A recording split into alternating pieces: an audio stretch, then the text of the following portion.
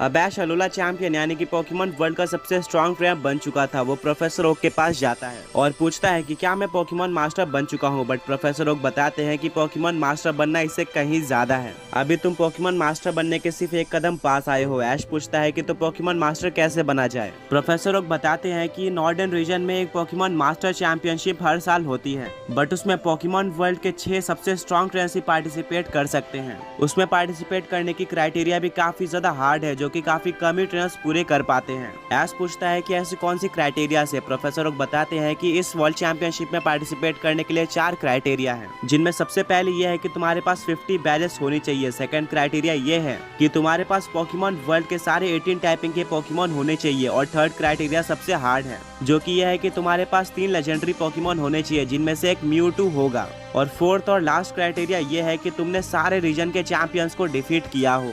अगर तुम ये सारी क्राइटेरिया पूरी कर लेते हो तो तुम्हें नॉर्दर्न रीजन के पोकेमॉन मास्टर चैंपियनशिप में पार्टिसिपेट करने का मौका मिल जाएगा। पर हाँ, वहाँ जाकर तुम्हें एक और क्राइटेरिया पता चलेगी, जो कि हर एक ट्रेनर के लिए अलग होती है। वो चैलेंज काफी ज्यादा हार्ड होगा, जिसको पास करके तुम पोकेमॉन मास्टर चैंपियनशिप में पार्टिसिपेट कर सकते हो। ऐश काफी ज्यादा एक्साइटेड हो जाता है और सारे टास्क को कंप्लीट करने निकल जाता है। उसके पास कैंटो, ऑरेंज आइलैंड, जोटो, होइन, सिनो, यूनोवा, कैलोस को मिलाकर 52 बैजेस थे। तो ये क्राइटेरिया फुलफिल्ड है। सेकंड क्राइटेरिया यह है कि ऐश के पास 18 टाइप के पोकेमॉन होने चाहिए। ऐश के पास ऑलरेडी 16 टाइपिंग के पोकेमॉन थे, साइकिक और फेरी टाइप को छोड़कर। ऐश को याद आता है कि उसके घर पे एक फेरी और psychic type Pokemon mister mime है, जिसको वो पोकेबॉल से कैच करके इस क्राइटेरिया को फुलफिल कर देता है। अब थर्ड क्राइटेरिया यह है कि उसको सारे चैंपियंस को डिफीट करना है। ऐश ने ऑलमोस्ट सारे चैंपियन को डिफीट किया था, सिर्फ 3 रीजन के चैंपियंस को छोड़कर, जो कि था canto champion, Johto champion lens और कैलोस चैंपियन डायन था। अब क्योंकि आज गला रीजन में था तो कैलोस रीजन उसके काफी ज्यादा पास था, इसीलिए वो ट्रैवल करता है कैलोस रीजन में। अपने जर्नी के बीच में वो वेटलैंड में होता है, जहाँ पर वो रास्ता भूल जाता है। वहाँ पर वो फंस चुका था, तभी काफी सारे हाउंडूम ऐश के ऊपर अटैक कर देते हैं। बट तभी एक पोकेमॉन आकर ऐश को बचा लेता है, एंड वो और कोई नहीं बल्कि ऐश का ग्रीनिंजा था, जिसने ऐश के ऑरा को सेंस कर लिया था। ऐश और ग्रीनिंजा काफी टाइम बाद मिले थे।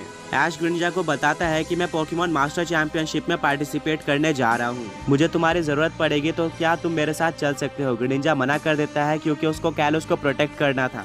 पर तभी वहाँ पे लेजेंडरी पोकेमॉन ज़ायगार्ड आ जाता है और वो ग्रीनिंजा को ऐश के साथ जाने के लिए अलाउ कर देता है। बट कुछ टाइम बाद ग्रीनिंजा को वापस आना होगा। ग्रीनिंजा ऐश की टीम को ज्वाइन कर लेता है। ऐश अपनी जर्नी आगे बढ़ाता है और डायंथा से मिल जाता है। वो डायंथा को चैलेंज करता है एक 6-on-6 बैटल के लिए। डायंथा एग्री कर लेती है और ये बैटल स्टार्ट होती है। डायंथा का सबसे पहला पोकेमॉन होता है अरोरस। वहीं पर ऐश अपने सेप्टल को सेंड करता है। दोनों ही पोकेमॉन्स को एक दूसरे के खिलाफ डिसएडवांटेज था, बट स्टिल ये बैटल स्टार्ट होती है। सेप्टल सबसे पहले लीफ ब्लेड का यूज करता है, पर अरोरस रिफ्लेक्ट का यूज करके उस अटैक को सेप्टल के ऊपर रिफ्लेक्ट कर देती है। फिर वह ब्लिजार्ड का यूज करती है, जिससे सेप्टल को काफी ज्यादा डैमेज पड़ता है। ऐश अपने सेप्टल को बुलेट सीड यूज करने बोलता है, पर अरोरस दोबारा से रिफ्लेक्ट का यूज करके अटैक को रिफ्लेक्ट कर देती है और सेप्टल को डैमेज पड़ता है। फिर अरोरस लाइट स्क्रीन का यूज करती है। ऐश को पता चल जाता है कि डायंथा डिफेंसिव स्ट्रैटेजी का यूज कर रही है, तभी वो अपने सेप्टल को सोलार बीम यूज करने बोलता है। लाइट स्क्रीन के चलते अरोरस को काफी कम डैमेज पड़ता है सोलार बीम का, और फिर वो ब्लिजार्ड का यूज करके सेप्टल को डिफीट कर देती है। ऐश को डायंथा की स्ट्रैटेजी समझ में नहीं आ रही थी, क्योंकि वो पोकेमॉन से बिना बात किए उनको ऑर्डर्स दे रही थी। उनके सोल से कनेक्ट हो गया। अब ऐश कुछ सोचता है और भेजता है अपने इन्फर्नेप को। अब यहाँ पर अरोरस को डिसएडवांटेज था। ऐश अपने इन्फर्नेप को फ्लेम थ्रोवर यूज करने बोलता है, जिसको अगेन अरोरस रिफ्लेक्ट कर देती है। अब ऐश सोचता है कि इसको कैसे डिफीट किया जाए, तभी उसको एक स्ट्रैटेजी आती है और वो इन्फर्नेप को डिग अटैक यूज करने बोलता है। अब किसी भी समय इन्फर्नेप अरोरस के ऊपर अटैक कर सकता था। कुछ टाइम बाद ऐश इन्फर्नेप को ऊपर आने बोलता है और डिग अटैक अरोरस पे लग जाता है। फिर इन्फर्नेप क्लोज कॉम्बैट का यूज करके अरोरस को हरा देता है। डायंथा ऐश के स्ट्रैटेजी से काफी ज्यादा इंप्रेस होती है, बट वो बोलती है कि यह तो सिर्फ स्टार्टिंग थी, असली मैच तो अब शुरू होगा। और डायंथा भेजती है अपने फाइटिंग और फ्लाइंग टाइप पोकेमॉन हौलूचा को। ऐश दोबारा से इन्फर्नेप को डिग अटैक यूज करने बोलता है, बट इस बार डिग अटैक काम नहीं करता, क्योंकि हौलूचा एक फ्लाइंग टाइप पोकेमॉन था। डायंथा एक स्माइल देती है और हौलूचा को फ्लाइंग प्रेस यूज करने बोलती है, जो कि एक सुपर इफेक्टिव अटैक था, जिससे इन्फर्नेप को काफी ज्यादा डैमेज पड़ता है। ऐश इन्फर्नेप को फ्लैर ब्लिट्स यूज करने बोलता है, जिसको हौलूचा डॉज कर लेता है। फिर हौलूचा यूज करता है हाई जंप किक का, जिसको इन्फर्नेप डिग अटैक का यूज करके डॉज कर लेता है। रिकॉइल से हौलूचा को काफी ज्यादा डैमेज डैमेज पड़ता है। अब इन्फर्नेप जमीन के अंदर था, तभी डायंथा अपने हौलूचा को उस जमीन के अंदर स्टोन एज यूज करने बोलती है, जिससे इन्फर्नेप को काफी ज्यादा डैमेज पड़ता है और इन्फर्नेप हार जाता है।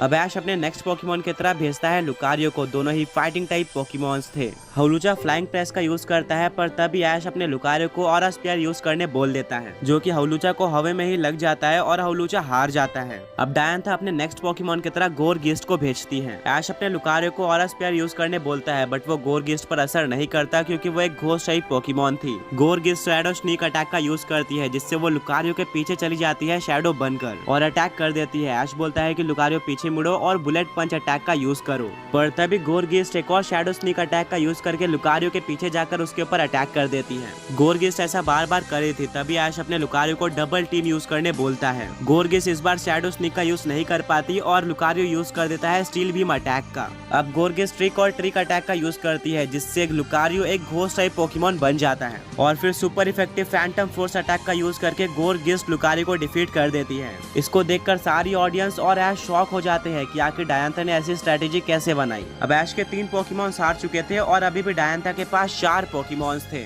ऐश बोलता है कि अब मेरे फाइनल 3 सबसे स्ट्रॉन्ग पोकेमॉन्स आने वाले हैं और भेजता है अपने चार्जर्ड को। डायंथा बोलती है कि ये चार्जर्ड नॉर्मल चार्जर्ड से काफी ज्यादा स्ट्रॉन्ग दिख रहा है, लगता है तुमने इसको अच्छी ट्रेनिंग दी है। ऐश बोलता है हाँ, मेरे चार्जर्ड ने काफी ज्यादा टाइम चार्सिफिक वैली में सिर्फ ट्रेनिंग करते हुए ही बिताया है और ये पोकेमॉन वर्ल्ड का स्ट्रॉन्गेस्ट चार्जर्ड बनना चाहता है और ये और भी ज्यादा पावरफुल तब हो जाएगा जब मैं इसको मेगा इवॉल्व करूंगा। ऐश अपने मेगा रिंग से कीस्टोन को निकालता है और मेगा इवॉल्व कर देता है चार्जर्ड को मेगा चार्जर्ड एक्स में। गोरगिस्ट दोबारा से शैडो स्नीक अटैक का यूज करती है, बट ऐश डायंथा की स्ट्रेटेजी समझ चुका था और वो चार्जर्ड को अपने पीछे ओवरहीट अटैक का यूज करने बोलता है, जो कि गोरगिस्ट पर लग जाता है और इस एक ही अटैक से गोरगिस्ट हार जाती है। ऐश का चार्जर्ड पहले से कहीं ज्यादा स्ट्रॉन्ग हो चुका था। अब डायंथा अपने नेक्स्ट पोकेमॉन की तरह टायरेंट्रम को भेजती है। ये बैटल स्टार्ट होती है।